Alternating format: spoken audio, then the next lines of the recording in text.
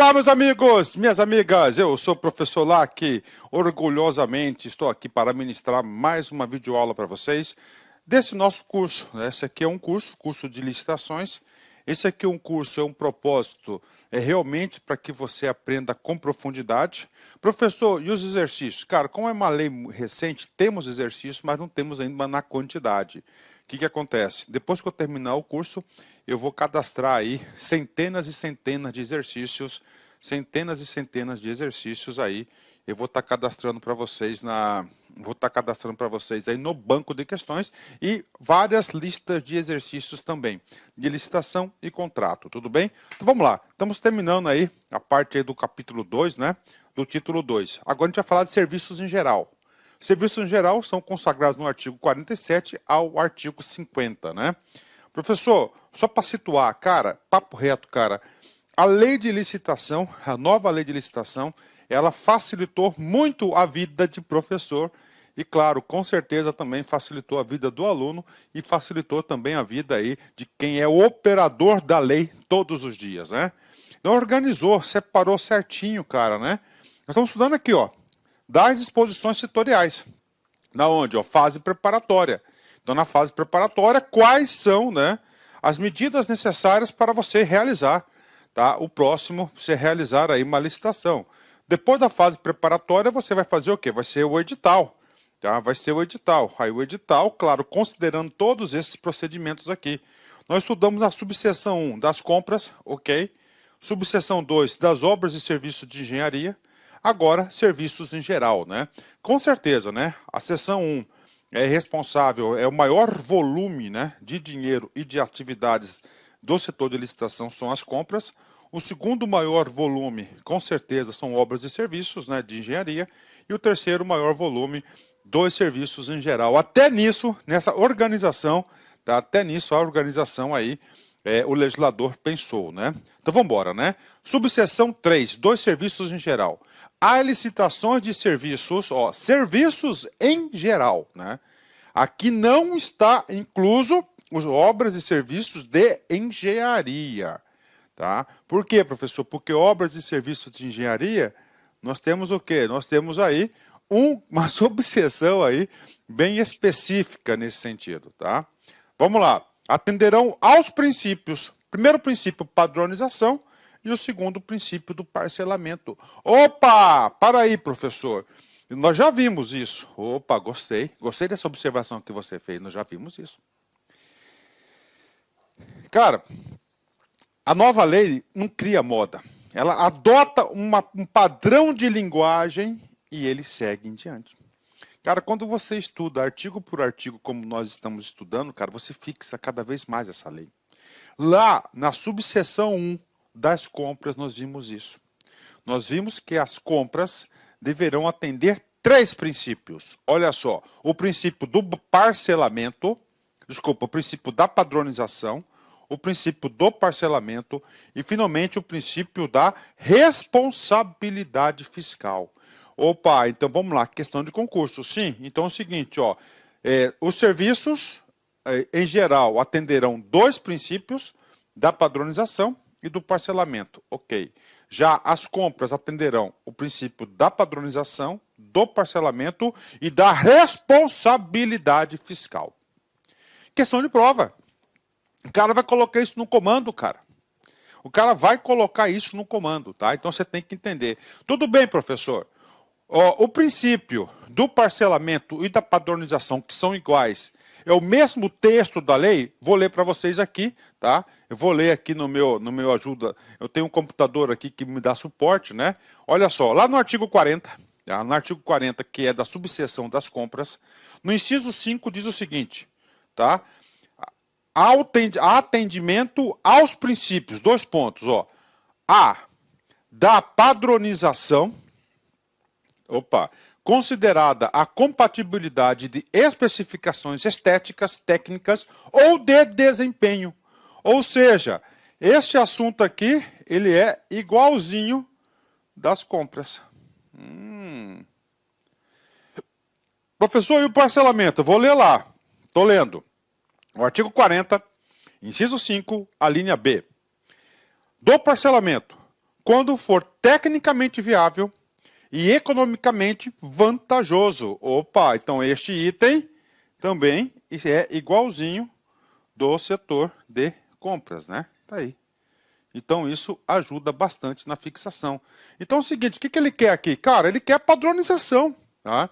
Ele quer padronização tanto nas compras quanto nos serviços em geral. Tá? É a mesma explicação de lá, vamos só reforçar. Tá? Então padronização, o que é padronizar? Considerada a compatibilidade das especificações estéticas, técnicas ou de desempenho. Ele quer um padrão, ele não quer inventar moda, né?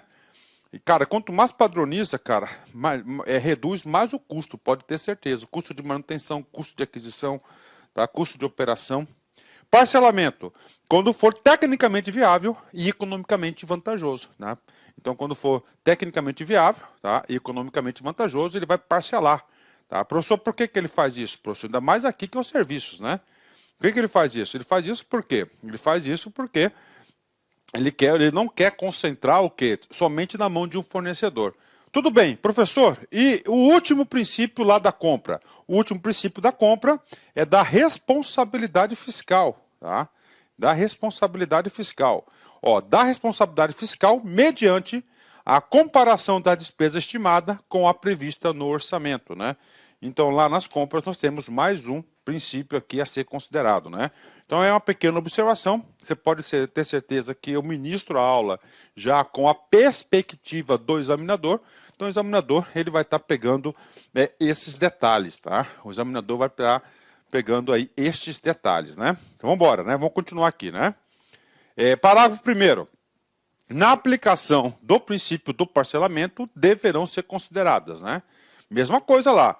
Ó, parcelamento, a responsabilidade técnica, tá? Porque é um serviço também, né? O custo para a administração de vários contratos frente às vantagens de redução de custos com a divisão do objeto de itens.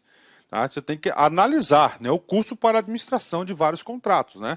Então, o que acontece? Ó, você vai administrar um contrato, é uma coisa. Agora, você vai ter um contrato, você vai administrar 10 contratos, é outra coisa. É mais custoso, é mais trabalhoso para a administração. Então, no parcelamento, né, você tem que considerar essas 3 variáveis. A responsabilidade técnica, o custo para a administração de vários contratos frente às vantagens da redução de custos, com a divisão do objeto de itens, e o dever de buscar a ampliação da competição e de evitar concentração do mercado. Né? Então vamos lá, serviços em geral, estão contratando serviços. Né?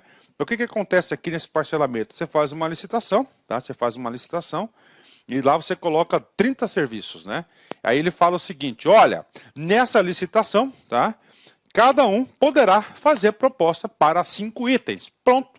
Eu estou adotando o princípio do quê? Do parcelamento. Só que eu tenho que considerar, né? Oh, a administração pública consegue aí, né, administrar 6 contratos? Consegue, bacana, né? Fechou, né? Professor, por que, professor, que há uma redução de custos aqui nesse sentido? Há uma redução de custos porque cada fornecedor, ele vai o quê? Ele vai se especializar em um tipo de serviço, né?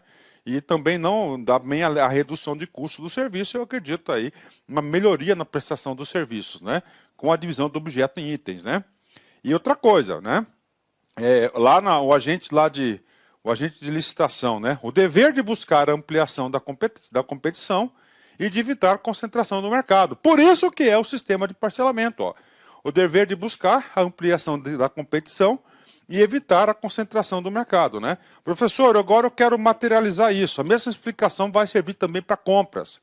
Então vamos supor o seguinte, o órgão precisa de porteiro, de jardinagem, de limpeza, de segurança, agente de pátio, tá? Digitador, não sei o que, 30 cargos, beleza, né? Aí você pode pensar isso também lá na compras, né? Uma licitação lá de papel, toner, não sei o que, impressora, vai embora, beleza? Aí o que ele faz aqui? Cara, então ele coloca lá o princípio do parcelamento. Para atendimento do princípio do parcelamento, cada licitante poderá, né, propor, né, fazer proposta ou contratar até 5 itens. Pronto. Então o que acontece com isso? Isso ele atende, né? Ele atende aqui, ó.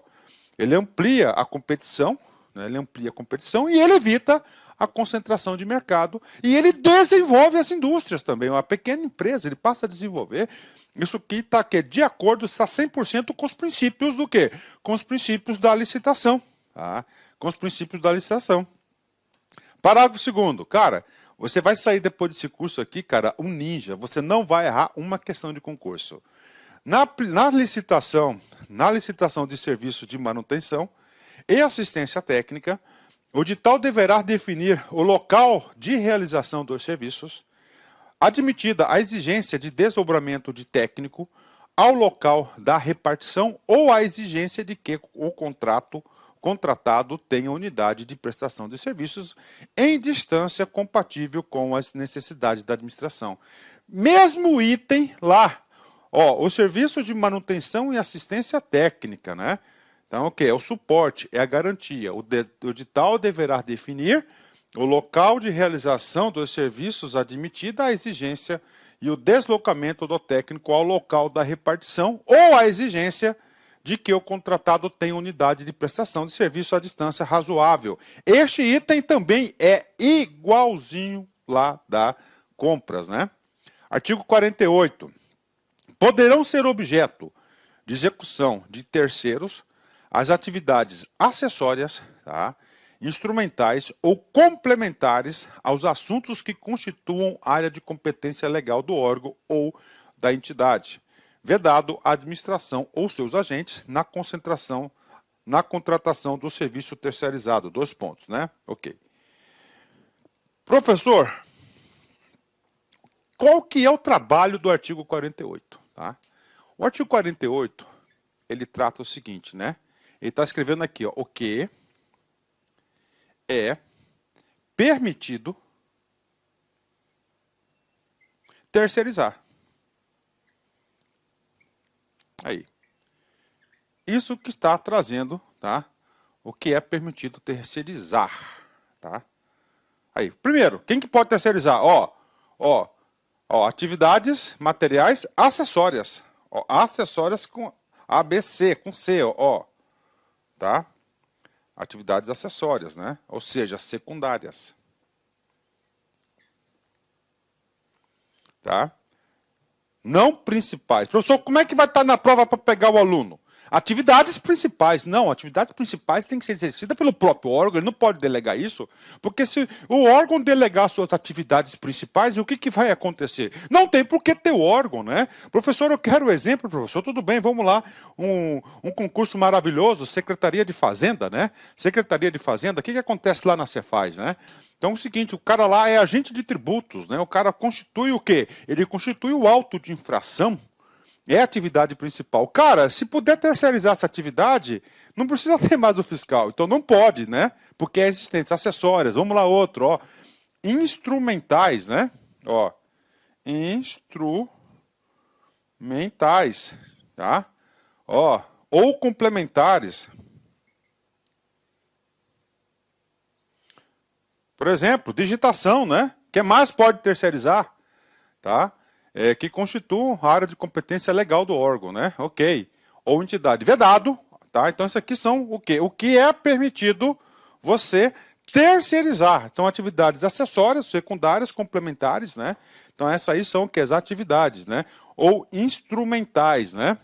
Então, isso aqui é permitido você terceirizar, né? Esses serviços aqui. Beleza. Agora... Olá, meus amigos, minhas amigas. Inicialmente, eu peço licença a vocês, pois interrompi os seus estudos. Mas essa videoaula é uma videoaula demonstrativa para você conhecer o nosso curso aqui da Lá Concursos.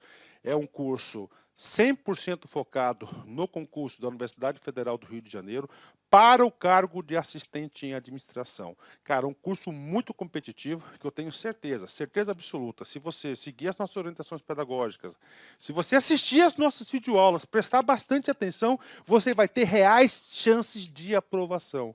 O que você estuda vai ser aquilo que vai ser cobrado na prova. Professor, quanto custa, professor, o restante dessa videoaula e muito mais, né? Você apenas R$ 39,90, R$ 39,90 você vai ter esse curso aí, que vai ser um divisor de águas, né, para o cargo de assistente em administração, de acordo com o edital 491. Dá tempo de estudar? Sim. curso 100% EAD, nós temos uma metodologia, o nosso site não joga somente as aulas para vocês, nós orientamos que os alunos estudam via o Personal Coach, que é o cronograma na qual eu produzo esse cronograma para vocês. Pessoalmente, eu faço aqui o pedagógico da La Concurso para fazer a diferença. Bacana? Gostou? Tem um link aqui embaixo. Clique nesse link, venha estudar com a gente para o concurso da Universidade Federal do Rio de Janeiro. Forte abraço, fique com Deus. Tchau, tchau.